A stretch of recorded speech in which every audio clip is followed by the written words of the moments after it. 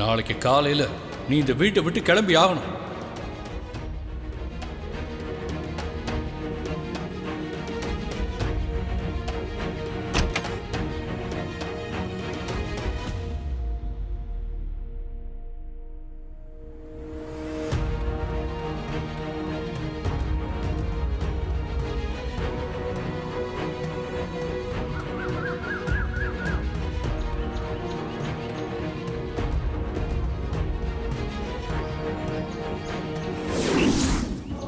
என்னாச்சு?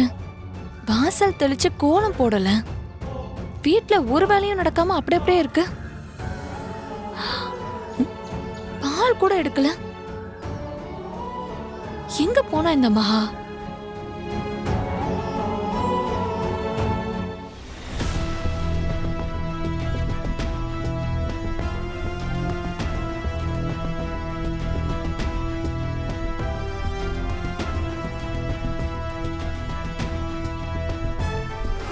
மார்னிங் தாத்தா. மாதிரியே மகா காலையிலே கிளம்பி போயிட்டா.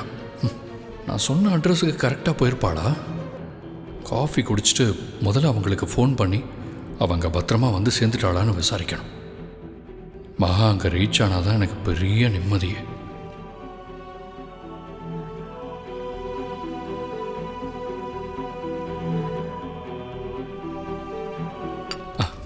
தேங்க்ஸ் பாட்டி.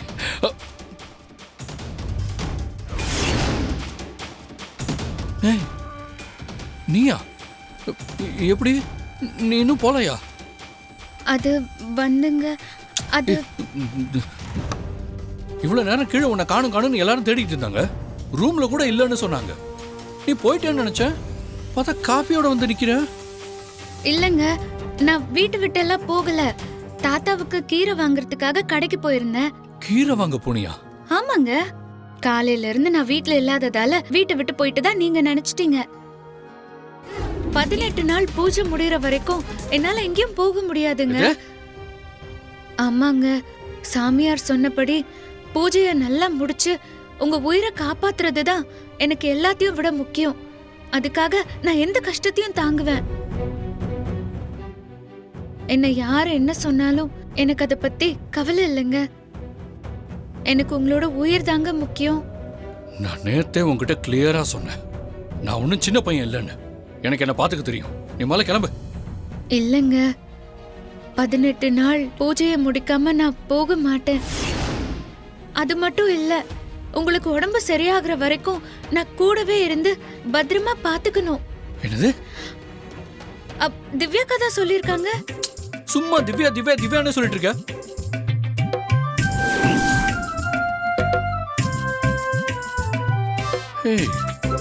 அப்போ நீ திவ்யா சொன்னா நீங்க இது போயிடுவியா?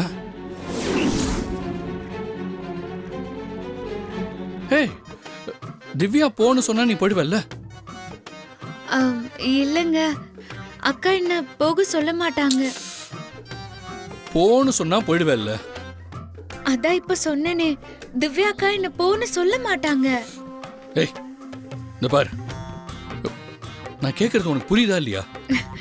நான் ஒன்னு சொன்னா நீங்க தப்பா எடுத்துக்க மாட்டீங்களே? எடுத்துக்க மாட்டேன். சொல்லு சொல்லு சொல்லு சொல்லு. திவ்யா அக்கா என்ன போ சொல்ல மாட்டாங்க. நான் தமிழ்ல தானே பேசிட்டு இருக்கேன். ஆமா.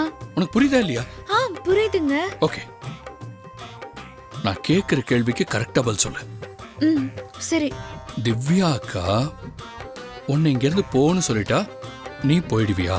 திவ்யா அக்கா என்ன போ சொல்ல மாட்டாங்க. என்னால உன்கிட்ட பேச முடியாது, பேசவே முடியாது. இரு, திவ்யாக்கு கால் பண்றேன். அவ உன் வீட்ல உனக்கு ஹெல்ப் பண்ணிக்கிட்டு இருக்கா, அங்க பாதுகாப்பா இருக்கான்னு மட்டும் தான் நான் யோசிச்சேன்.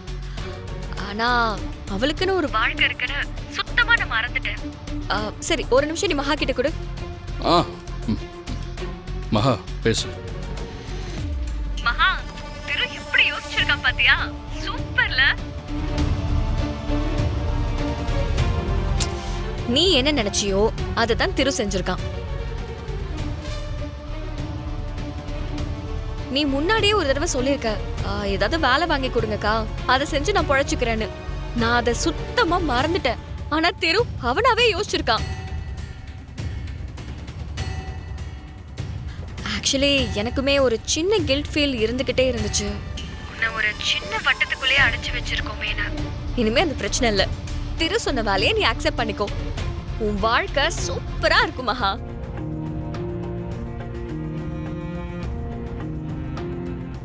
மகா, சந்தோஷம் தானே உனக்கு? ம், நான் சொன்ன ஒரு வார்த்தைக்காக நீ அந்த வீட்ல வேலைக்காரி மாதிரி எல்லா வேலையும் செய்யறது எனக்கே பிடிக்கலதான். இனிமே உனக்கு எந்த கவலையும் இல்ல. சரி, அப்ப நீ உடனே கிளம்பு. திரு சொல்ற அட்ரஸ்க்கு போ. இல்ல இல்ல, தனியெல்லாம் போக வேண்டாம். ரெடியா இரு. நானும் திருவுமே உன்னை கொண்டு போய் விட்டுட்டு வரோம்.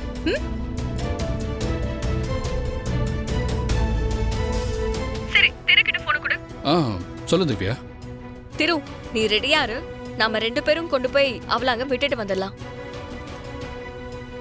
18 நாள் பூஜை பண்ணா அவருக்கு எந்த பிரச்சனையும் நிச்சயமா வராது. அதுக்குதான் நான் இங்க இருக்கணும்னு நினைக்கிறேன். நான் இந்த 18 நாள் பூஜை முடிஞ்ச அன்னைக்கு நான் நிச்சயமா கிளம்பி போயிடுவேன். ஆனா அது வரைக்கும் நான் இங்க இருந்து ஆகணும். அதுக்கு இப்போ எனக்கு இருக்கிற ஒரே நம்பிக்கை நீ மட்டும்தான்.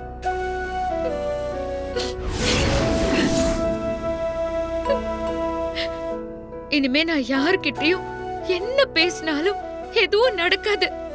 இன்னும் கொஞ்ச நேரத்துல திவ்யா அக்கா எப்படியும் வந்துருவாங்க, என்ன கூட்டிட்டு போயிடுவாங்க. அதுக்குள்ள அவர் மனசை எப்படி மாத்துறதுன்னு சத்தியமா எனக்கு தெரியல. எனக்கு இருக்கிற கடைசி நம்பிக்கை நீதாம்மா.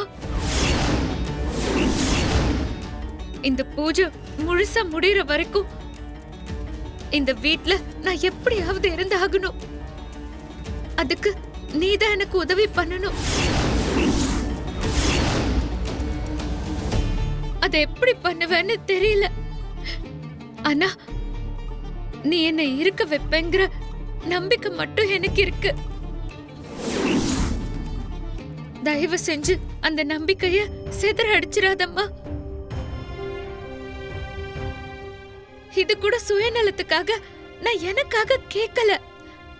அவரு உயிரை நல்லா இருக்கணுங்கிறதுக்காக தான் நான் கேக்குறேன்.